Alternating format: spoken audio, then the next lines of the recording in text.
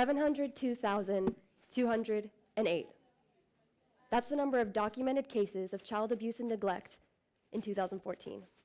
And according to the United States Department of Health and Human Services, that number is just going up every year. Scary, right?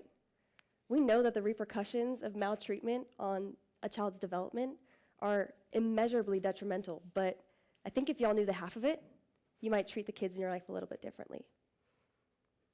So I want to preface by clarifying that the different types of abuse, emotional, psychological, physical, and sexual, as well as neglect, have different specific effects on the development of a child.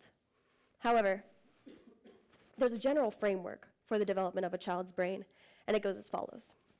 Upon conception, the most essential and involuntary functions are what begin to develop. So that's going to be things like heart rate, breathing, body temperature. Then as time goes on, we start to develop a little bit more sophisticated functions, things like the part of the brain that controls appetite, sleep, and later on in life, sexual arousal. Then we have the limbic system, and this is where things get interesting. This part of the brain is responsible for emotional reactivity, motor regulation, and bonding.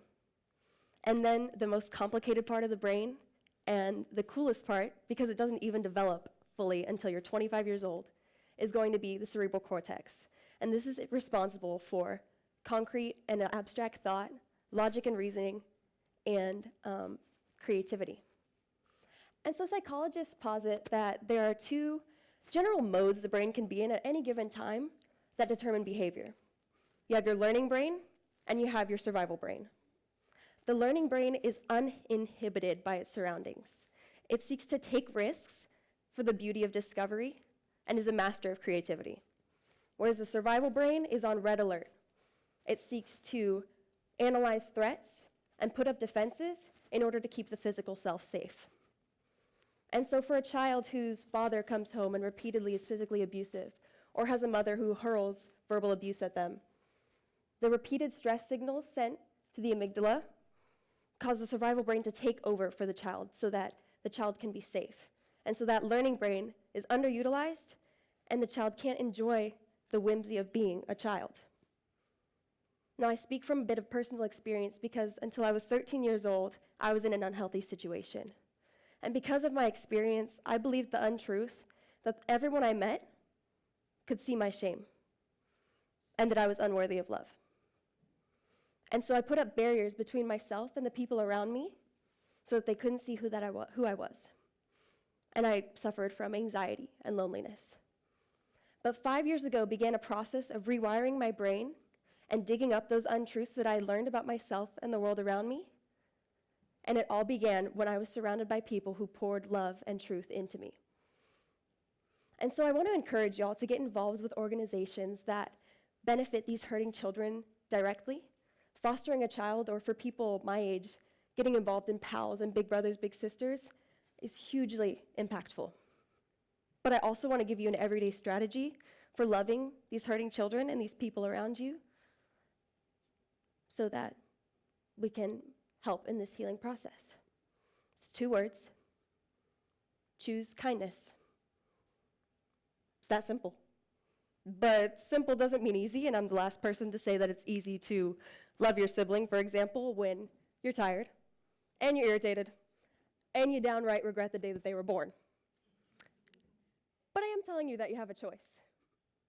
You see, my mom is a mental health therapist, working with families from 9 to 5 and Wonder Woman all the other hours of the day. And one of her catchy psychologist phrases that she has is, "There's power in the pause." Yes, there is power in the pause. Okay, y'all probably think I need a therapist now, but what she means when she's saying that is she's talking about the importance of responding instead of reacting, because there's a difference, right? Just taking a second to be intentional with what we say and do versus letting our emotions rule over us like a tyrant.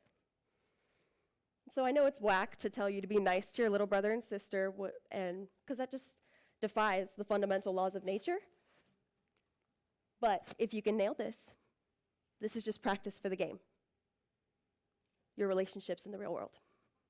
Your future kids, nieces, nephews, friends, parents, strangers, and people you really just don't like. See, we play the game to win, but not arguments.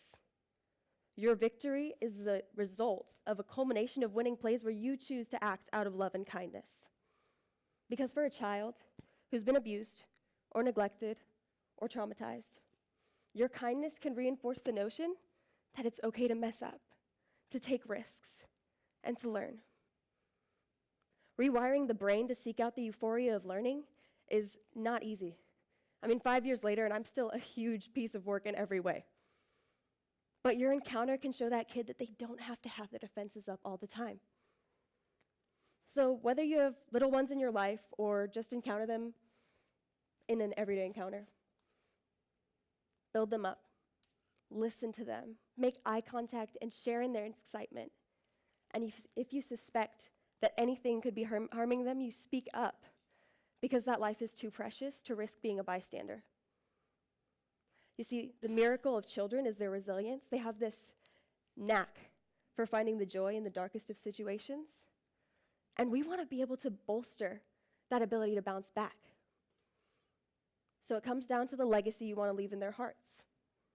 Start with love, and you're headed in the right direction.